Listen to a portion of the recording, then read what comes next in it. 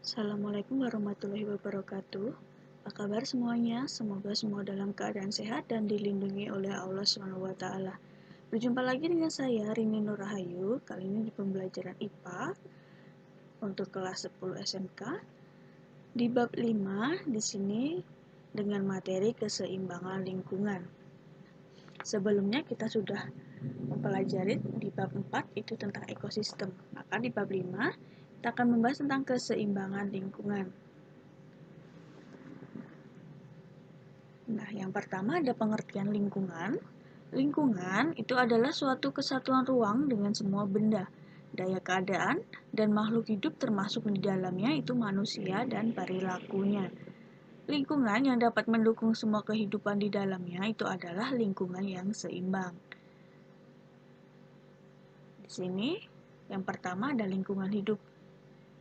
Secara khusus, kita sering menggunakan istilah lingkungan hidup ya untuk menyebutkan segala sesuatu yang berpengaruh terhadap kelangsungan hidup dari suatu makhluk hidup yang ada di bumi. Nah, jadi lingkungan hidup itu adalah kesatuan ruang dengan semua benda, daya, keadaan, dan makhluk hidup, termasuk manusia dan perilakunya, yang mempengaruhi kelangsungan kehidupan dan kesejahteraan manusia serta makhluk hidup lainnya. Yang kedua ada unsur lingkungan hidup. Unsur lingkungan hidup di sini dibedakan menjadi 3 ya. Yang pertama ada unsur hayati atau biotik. Nah, di sini adalah unsur lingkungan hidup yang terdiri atas makhluk hidup. Nah, contohnya itu seperti apa? Ada hewan, tumbuhan, manusia, serta jasad renik. Nah, yang kedua, unsur fisik atau abiotik. Sini adalah unsur lingkungan hidup yang terdiri atas benda-benda yang tak hidup ya. Contohnya ada air, tanah, udara, iklim, dan sebagainya.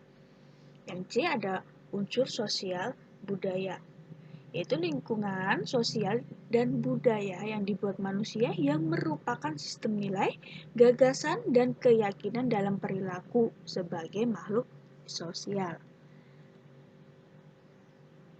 Nah, yang B, kita ke keseimbangan lingkungan. Nah, suatu lingkungan itu sebenarnya memiliki kemampuan untuk mendukung kelangsungan hidup makhluk hidup, ya. Lingkungan yang dapat mendukung semua kehidupan di dalamnya adalah lingkungan yang seimbang. Jadi keseimbangan lingkungan itu adalah kemampuan lingkungan untuk mengatasi tekanan dari alam maupun dari aktivitas manusia, serta kemampuan lingkungan dengan menjaga kestabilan hidupnya. Nah, lingkungan dikatakan seimbang apabila memiliki ciri-ciri sebagai berikutnya. Yang pertama, lingkungan yang di dalamnya terdapat pola-pola interaksi, meliputi arus energi, daur materi, rantai makanan, jaring-jaring makanan, piramida ekologi, daur biogeokimia, dan produktivitasnya. Yang kedua, lingkungan yang homeostatis dan memiliki daya lenting, yaitu lingkungan yang mampu mempertahankan terhadap gangguan alam, baik gangguan secara alami maupun buatan. Yang ketiga, lingkungan yang memiliki daya dukung, yaitu lingkungan yang mampu mendukung semua kehidupan organisme. Karena dalam lingkungan itu terdapat berbagai sumber daya alam, baik hayati dan non-hayati. Yang keempat, terbentuknya lingkungan yang klimaks, yaitu lingkungan yang banyak ditumbuhi pohon-pohon atau terbentuknya suatu hutan. Nah, bumi itu memiliki ancaman gangguan keseimbangan lingkungan melalui 2 faktor ya, yaitu yang pertama ada faktor alam dan yang kedua ada faktor eksploitasi. Nah, kita yang A dulu, yaitu pada faktor alam. Banyaknya bencana dan cuaca yang tidak menentu menjadi penyebab terjadinya kerusakan lingkungan hidup ya. Jadi gangguan keseimbangan lingkungan oleh alam adalah gangguan yang terjadi secara alami ya. Gangguan keseimbangan lingkungan alam itu terjadi saat lingkungan itu melakukan upaya untuk merubah bentuk relief muka bumi. Atau gangguan keseimbangan itu bisa berupa bencana alam yang murni ya, yang murni disebabkan oleh alam. Nah, ini ada contohnya. Ada gunung meletus, ya, ada angin puting beliung, dan terjadinya tanah longsor. Gangguan keseimbangan yang dilakukan oleh alam tersebut itu tidak memberikan kerusakan permanen kepada lingkungan, karena gangguan tersebut tidak terjadi secara terus-menerus. Saat gangguan keseimbangan oleh alam telah usai, maka lingkungan memiliki kekuatan untuk kembali pulih dari kerusakannya dan melakukan perbaikan sendiri. Yang B, kita ke faktor eksploitasi. Nah, faktor eksploitasi adalah faktor yang terjadi akibat eksploitasi oleh manusia. Ya. Berbeda dengan gangguan oleh alam, faktor eksploitasi ini terjadi secara terus-menerus, sehingga bumi itu tidak memiliki waktu untuk menyembuhkan diri. Nah, gangguan keseimbangan lingkungan oleh eksploitasi itu diantaranya adalah yang pertama ada penebangan hutan secara membabi buta dan liar ya, serta tidak mereboisasi hutan yang telah digunduli. Jadi orang itu menebang hutan tanpa menanam benih lagi ya, atau tidak melakukan reboisasi, dibiarkan begitu saja. Yang kedua, pembakaran hutan untuk membuka lahan baru. Yang ketiga, melakukan penangkapan ikan memakai kapal kuat harimau atau memakai bom. Itu mengakibatkan ya bisa merusak terumbu karang ya dan habitat ekosistem yang ada di sekitarnya. Nah, yang keempat, melakukan penambangan minyak dengan teknik pasir minyak ya.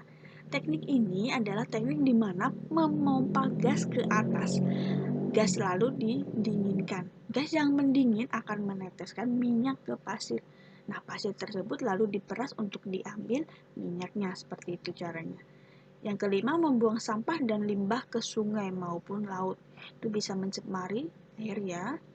Yang keenam, memburu hewan secara membabi buta tanpa melihat kemampuan hewan tersebut untuk berkembang biak. Nah, ini bisa menyebabkan hewan itu punah ya. Yang ketujuh, memakai bahan bakar minyak, produk dari kelapa sawit, air, dan listrik dengan boros. Maka kita harus berhemat ya untuk pemakaian bahan bakar minyak, listrik, ataupun air. Gangguan keseimbangan bumi oleh eksploitasi manusia ini membuat bumi itu tidak memiliki waktu untuk memperbaiki dirinya. Nah, dampak yang ditimbulkan akibat terganggunya keseimbangan lingkungan ini adalah munculnya pemanasan global di bumi. Nah, itu ya akibatnya. Nah, kita masuk ke etika lingkungan. Etika itu dapat dipandang sebagai kebiasaan hidup yang baik yang diwariskan dari satu generasi ke generasi lainnya. Etika ini berisikan aturan tentang bagaimana manusia itu harus hidup yang baik sebagai manusia. Ya.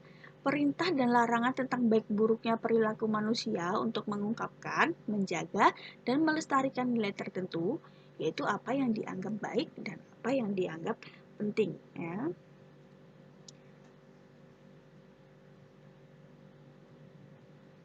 Nah, etika lingkungan itu sering disebut dengan etika ekologi, adalah pendekatan terhadap lingkungan yang melihat pentingnya memahami lingkungan sebagai keseluruhan kehidupan yang saling menopang ya. Sehingga semua unsur itu mempunyai arti dan makna yang sama. Etika lingkungan dapat dibedakan menjadi etika pelestarian dan etika pemeliharaan. Yang pertama, etika pelestarian itu adalah etika yang menekankan pada pengusahaan pelestarian alam untuk kepentingan manusia.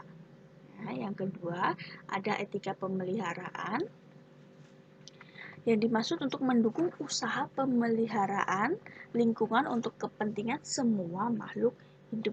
Itu ya perbedaannya. Etika lingkungan itu berpedoman pada hal-hal berikut ini.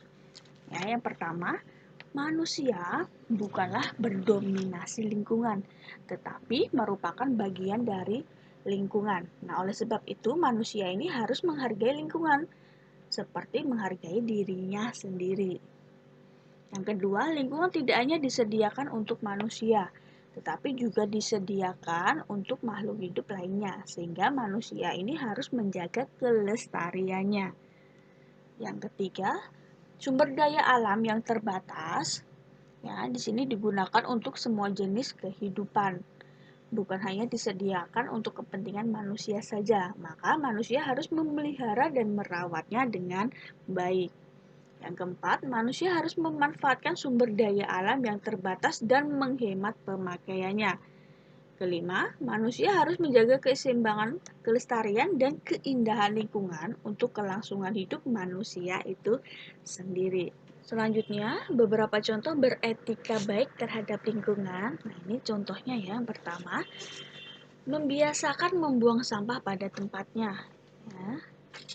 Dan dibedakan ya antara yang organik dan yang anorganik. Yang kedua, mematikan energi listrik bila tidak digunakan. Hemat energi listrik ya. Yang ketiga, ada menghemat pemakaian air. Keempat, melakukan reboisasi atau penghijauan di sekitar lingkungan. Yang kelima, tidak mencemari sumber-sumber air bersih. Selanjutnya, yang ketiga ada teori etika lingkungan. Nah, yang pertama ada teori antroposentrisme. Antroposentrisme di sini teori lingkungan yang memandang manusia itu sebagai pusat dari sistem alam semesta. Manusia dan kepentingannya itu dianggap yang paling menentukan dalam tatanan ekosistem dan dalam kebijakan yang diambil dalam kaitannya dengan alam. Nah, baik secara langsung maupun secara tidak langsung. Ketiga, nilai tertinggi itu adalah manusia dan kepentingannya, yaitu yang pertama, nilai dan prinsip moral hanya berlaku bagi manusia, dan etika itu hanya berlaku bagi manusia. Itu menurut teori antroposentrisme. Yang kedua, teori biosentrisme. Biosentrisme itu setiap kehidupan dan makhluk hidup mempunyai nilai dan berharga pada dirinya sendiri.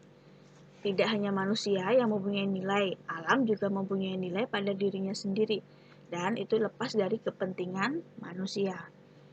Biosentrisme itu menolak argumen antroposentrisme ya. Kenapa? Karena yang menjadi pusat perhatian dan yang dibela oleh teori ini itu adalah kehidupan. Secara normalnya berlaku prinsip bahwa setiap kehidupan di muka bumi ini mempunyai nilai moral yang sama, sehingga harus dilindungi dan diselamatkan. Yang ketiga ada teori ekosentrisme. Ekosentrisme itu kelanjutan dari teori biosentrisme. Nah, ekosentrisme ini etika diperluas untuk mencakup komunitas ekologis seluruhnya, baik yang hidup maupun yang tidak hidup. Nah, secara ekologis, makhluk hidup itu yang biotik dan benda abiotik itu yang tak hidup atau lainnya saling terkait satu sama lainnya. Nah, kewajiban dan tanggung jawab moral di sini tidak hanya dibatasi pada makhluk hidup. Nah, itulah teori ekosentrisme. Nah, sekian pembelajaran kita kali ini tentang keseimbangan lingkungan. Semoga ilmunya bermanfaat. Kurang lebihnya mohon maaf. Sekian. Assalamualaikum warahmatullahi wabarakatuh.